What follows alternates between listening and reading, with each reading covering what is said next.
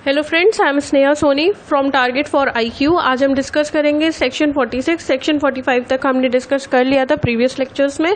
आज हम स्टार्ट करेंगे सेक्शन 46, अरेस्ट हाउ मेड। जिस भी पर्सन को अरेस्ट करना है, अगर वो खुद से अपनी कंसेंट नहीं दे रहा है, सबमिट नहीं कर रहा है अपने आप को बाय वर्ड्स और एक्शन, तो यहाँ पुलिस ऑफिसर के पास परमिशन होती है, उनके पास पावर होती है कि उसे टच करके कन्फाइन कर सकते हैं। सेकेंडली, इसमें बोला जाता है कि जो भी वुमेन है, अगर किसी वुमेन को अरेस्ट करना है तो एक फीमेल पुलिस ऑफिसर होनी चाहिए। थर्डली बोला जाता है कि necessary means includes causing of death. Means कि आप उस पर्सन की डेथ भी कॉज कर सकते हो जिस पर्सन को अरेस्ट करना है, लेकिन कब करेंगे? सिर्फ तभी कर सकते हैं जब उसके जो ऑफेंस की पनिशमेंट है वो डेथ या इम्प्रिजनमेंट फॉर लाइफ है। देन सेक्शन 46 के सबसेक्शन 4 बोलता है arrest of any person during night. Night में हम अरेस्ट एक्सेप्शनली करते हैं, लेकिन यहाँ पे एक रूल दिया गया है कि कोई भी वुमेन को हम अरेस्ट नहीं करेंगे सनसेट के बाद में और सनराइज से पहले। लेकिन अगर कोई एक्सेप्शनल कंडीशन है तो जुडिशियल मजिस्ट्रेट फर्स्ट क्लास से जिसका जुरिस्डिक्शन उस एरिया में है, उसका परमिशन हम पहले परमिशन लेंगे। देन उसके बाद वुमेन पुलिस ऑफिसर ही वुमेन को अरेस्ट करेगी। अब हम सेक्शन 46 देखते हैं, search for the purpose of arrest. ये यूनिफॉर्मली अप्लाई करता है उन पे भी जिस पे अरेस्ट करने जा रहे हैं वारंट के लिए, या कोई लॉफुल अथॉरिटी से भाग गया है तो विदाउट वारंट भी अगर हमको किसी को अरेस्ट करना है तो यहाँ पे जिस तरह से हम search for the purpose of arrest section 47 uniformly apply होगा दोनों चीज़ों पे। इसमें ये कहा जा रहा है कि जिस भी पुलिस ऑफिसर के पास पावर है अरेस्ट करने की, या कोई पर्सन है जिसको पावर दी गई है अरेस्ट करने के लिए और उसके पास रीज़न टू बिलीव है, एक रीजनेबल बिलीव है कि उस प्लेस पे या किसी पर्सन या किसी बिल्डिंग में उस पर्सन ने जिसको अरेस्ट करना है वो एंटर किया है, तो सबसे पहले जिस भी पर्सन जो भी उस बिल्डिंग का उस प्रॉपर्टी का इंचार्ज होगा उससे हम परमिशन ऑब्टेन करेंगे प्लस वो फैसिलिटेट भी करेगा कि हाँ आप अंदर जाइए, इधर से ये रास्ता है, तो वो चीज़ें बताएगा। उसके बाद ये है कि अगर वो ऊपर जो हमने मेथड बताया, जो प्रोसीजर बताया, अगर वो अभी नहीं कर पा रहे हैं तो पुलिस ऑफिसर के पास पावर होती है कि वो कोई भी दरवाज़ा विंडो वो तोड़ के भी अंदर जा सकता है। देन कम्स द पर्दा नशीन वुमेन्स। अगर पर्दा नशीन वुमेन्स वहाँ पे रह रही हैं तो उनको स्पेसिफिकली रीजनेबल अपॉर्चुनिटी दी जाएगी, उनको प्रॉपर टाइम दिया जाएगा कि हाँ आप यहाँ से विड्रॉ कर लीजिए, आप यहाँ से जा सकती हैं, उसके बाद ही हम अंदर एंटर करेंगे। नाउ अब सेक्शन आता है 48, pursuit through out the India. यहाँ पे बात हो रही है कि police officer without warrant person को अरेस्ट कर सकता है किसी भी प्लेस पे, एनी प्लेस इन इंडिया। और यहाँ पे सेक्शन 77 भी रेड विथ हम कर सकते हैं। और वारंट ऑफ अरेस्ट में be executed at any place in India. यहाँ पे एक प्री का क्वेश्चन भी बनता है कि अरेस्ट ऑफ वारंट या वारंट ऑफ अरेस्ट जो भी है हमारे पास, वो कहाँ पे हम एग्जीक्यूट कर सकते हैं, तो यहाँ पे आता है answer any place in India. Then आता है सेक्शन 49। सेक्शन 49 बोलता है no unnecessary restraint after arrest. Means आपने पर्सन को अरेस्ट कर लिया है तो आप एक अननेसेसरी उसके ऊपर रिस्ट्रेन नहीं लगाएंगे कि वो भाग रहा है तो उसे आप पकड़ के, मतलब अगर वो भाग रहा है तो आप पकड़ोगे, लेकिन अगर वो भाग भी नहीं रहा है तब भी आप उसे पकड़ के बैठो तो आप ऐसे नहीं करोगे। अब हमारा आता है सेक्शन 50 जो कहता है कि right of accuse to be informed of grounds of arrest and right to bail. ये हमारा एक फंडामेंटल राइट भी है। Fundamental right article 22 sub clause 1 of the constitution of India. ये बोलता है कि जो भी पर्सन या पुलिस ऑफिसर जिसने विदाउट वारंट अरेस्ट किया है, अरेस्ट हो गया है वो पर्सन, अब उसके पास उस अरेस्टेड पर्सन के पास पूरे ग्राउंड्स हैं, पूरे राइट्स हैं ग्राउंड्स जानने के लिए कि उसको अरेस्ट क्यों किया गया है। सिमिलर सेक्शन है आपका सेक्शन 75 भी। और यहाँ पे पुलिस ऑफिसर अगर जिसको भी पर्सन को अरेस्ट किया है वो अगर एक्यूज्ड है नॉन बेलेबल ऑफेंस का, तब भी हम उसको ग्राउंड्स बताएंगे। बाकी अगर बेलेबल ऑफेंस का वो ऑफेंडर है तो हम उसको बेल का जो भी इंफॉर्मेशन देंगे, उसका राइट बताएंगे कि आपके पास ये राइट है, आप बेल ले सकते हो और ये आपका बेल अमाउंट है, और नंबर ऑफ श्योरिटीज़ जो भी रिक्वायर्ड हैं वो हम बता देंगे कि आप ऐसे ऐसे section 50A, information to friend और रिलेटिव ऑफ अरेस्टेड पर्सन। ये सेक्शन ऐड किया गया था, इंसर्ट किया गया था बाय CRPC अमेंडमेंट एक्ट 2005 और ये डायरेक्शंस थे given by the Supreme Court. 2 cases आए थे, Jogendra Singh versus state of UP 1994 और DK Basu versus state of West Bengal 1997।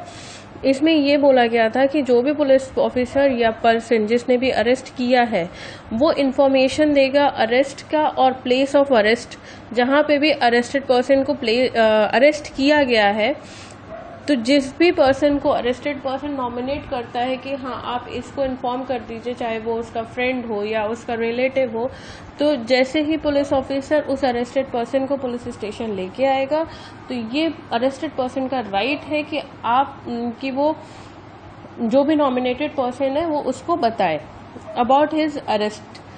ठीक, उसके बाद जब विद इन 24 आवर्स आपको मजिस्ट्रेट के सामने प्रोड्यूस करना पड़ता है अरेस्टेड पर्सन को, तो मजिस्ट्रेट सबसे पहले ये सेटिस्फाई कर लेगा, अपने आप को सुनिश्चित कर लेगा कि ये प्रोसीजर जो रिलेटिव्स को बताने वाला प्रोसीजर था उसके अरेस्ट के बारे में, ये ड्यूली कंपाइल्ड हुआ है या नहीं हुआ है। पहले मजिस्ट्रेट सबसे पहले यही सेटिस्फाई करेगा। Section 51, search of arrested person. अब पर्सन अरेस्ट हो चुका है, अब उसका सर्च होना है, तो ये 3 कंडीशंस में होता है। सबसे पहले जो भी अरेस्टेड पर्सन है उसको कैसे अरेस्ट किया गया है, वारंट पे अरेस्ट किया गया है और वो बेल नहीं ले सकता है, वो नॉन बेलेबल ऑफेंस का ऑफेंडर है। सेकेंडली वारंट पे हुआ है और वो बेल ले सकता है। थर्डली वो अरेस्ट हुआ है विदाउट वारंट और अ प्राइवेट पर्सन, तो अरेस्टेड पर्सन वहाँ पे बेल फर्निश नहीं कर पा रहा, ही इज इनकैपेबल, तब भी हम क्या करेंगे, उसका सर्च करेंगे। फिर जो भी ऑफिसर उसका उसको सर्च कर रहा है तो वो उसको पूरा सर्च करेगा। अगर कोई आर्टिकल्स उसके ऊपर मिलते हैं, एक्सेप्ट जो भी नेसेसरी कपड़े उसको पहनने, उसको छोड़ के जो भी आर्टिकल्स मिलते हैं उसकी एक रिसिप्ट बनाई जाएगी और उस पर्सन को बताया जाएगा। और फीमेल का जो भी सर्च होगा एक फीमेल ऑफिसर ही करेगी। Now section 52, scissor of offensive weapons means ऊपर सेक्शन 51 में जो हमने सर्च किया है वहाँ पे कोई ऑफेंसिव वेपन जैसे कि गन निकल आई है या नाइफ आया है, चाकू आ गया है, तो वो पर्सन जो भी पर्सन सर्च कर रहा है तो वो क्या करेगा, उसको कस्टडी में ले लेगा और जिस भी कोर्ट में या जिस भी ऑफिसर के सामने उसको प्रोड्यूस करना है तो उसके साथ साथ अरेस्टेड पर्सन के साथ साथ वो उस वेपन को भी प्रोड्यूस करेगा। Now it comes section 53, medical examination of accused on request of police officer. यहाँ पे हो रहा है कि एक्यूज्ड का मेडिकल एग्जामिनेशन किसकी रिक्वेस्ट पे हो रहा है, पुलिस ऑफिसर की रिक्वेस्ट पे। अब पुलिस ऑफिसर ने अरेस्ट कर लिया, सर्च कर लिया, वेपन्स मिल गए, जो भी था वो हो गया। अब हम क्या कर रहे हैं कि पुलिस ऑफिसर को रीजन है, उसको एक बिलीव है कि अगर हम इसका फिजिकल एग्जामिनेशन कराते हैं, एक्यूज्ड पर्सन का जो भी अरेस्टेड पर्सन है उसका अगर हम फिजिकल एग्जामिनेशन कराते हैं तो हमें किसी तरह का कोई एविडेंस मिलेगा रिगार्डिंग दैट ऑफेंस। तो यहाँ पे कौन सा पुलिस ऑफिसर मेडिकल एग्जामिनेशन के लिए कंडक्ट कराने के लिए बोलेगा, तो police officer not below the rank of sub inspector request करेगा रजिस्टर्ड मेडिकल प्रैक्टिशनर को कि वो medical examination of the arrested person वो करे। Section 53A, physical examination of person accused of rape by medical practitioner, यानी कि यहाँ पे ऑफेंस हमने स्पेसिफाई कर दिया है, जो ऑफेंस था दैट वाज रेप और जो पर्सन है वो एक्यूज्ड है रेप का, और ये सब्स्टिट्यूट किया गया है CRPC अमेंडमेंट एक्ट 2005 में। अब यहाँ पे रीजनेबल ग्राउंड्स भी हैं हमारे पास कि अगर हम उसका फिजिकल एग्जामिनेशन कराएंगे तो हमें एविडेंसेस मिलेंगे ही ऑफ कमिटिंग रेप और अटेम्प्टिंग रेप। तो यहाँ पे भी police officer not below the rank of sub inspector he request करेगा रजिस्टर्ड मेडिकल प्रैक्टिशनर कि आप मेडिकल एग्जामिनेशन करिए of the arrested person. Section 54 बोलता है कि मैंडेटरी कब हो जाता है मेडिकल एग्जामिनेशन कराना किसी भी अरेस्टेड पर्सन को।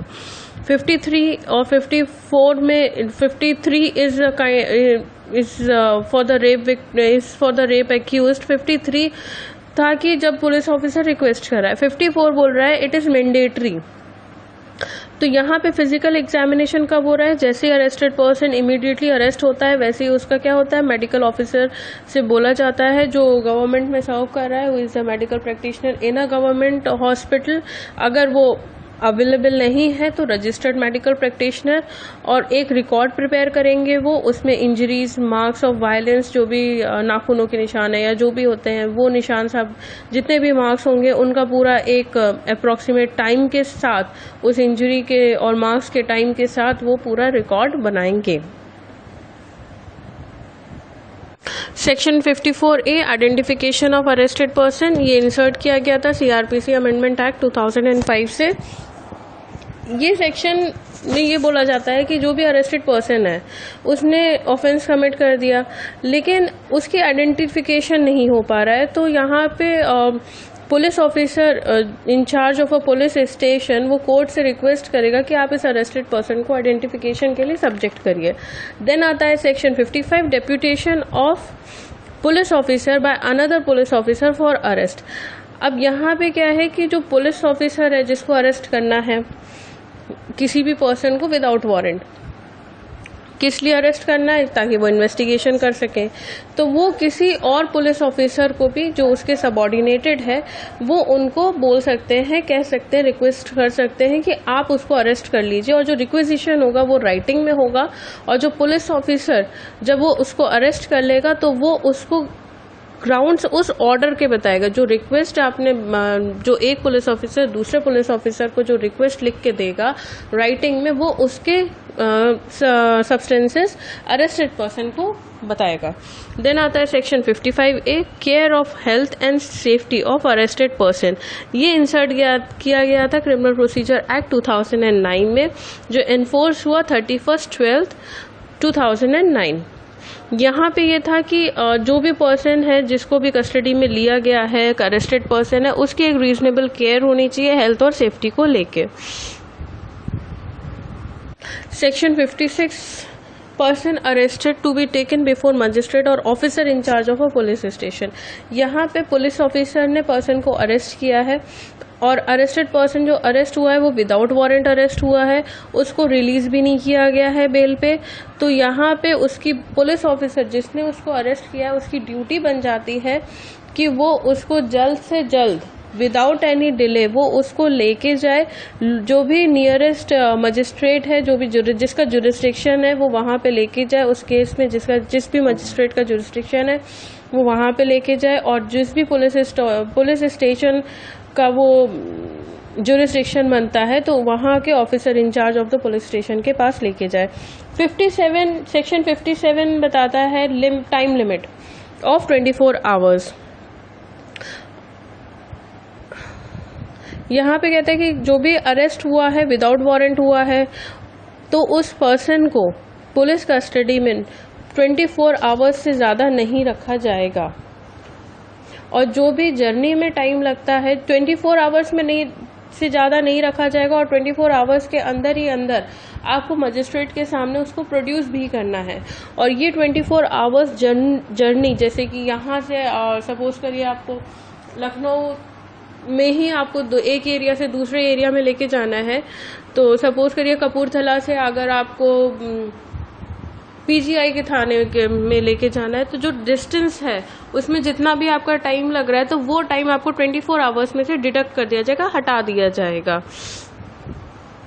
और अगर आपको 24 आवर्स से ज़्यादा लग रहे हैं, अगर आपको डिटेंशन 24 आवर्स से ज़्यादा रखना है तो स्पेशल ऑर्डर दिया, मजिस्ट्रेट स्पेशल ऑर्डर देगा अंडर सेक्शन 167।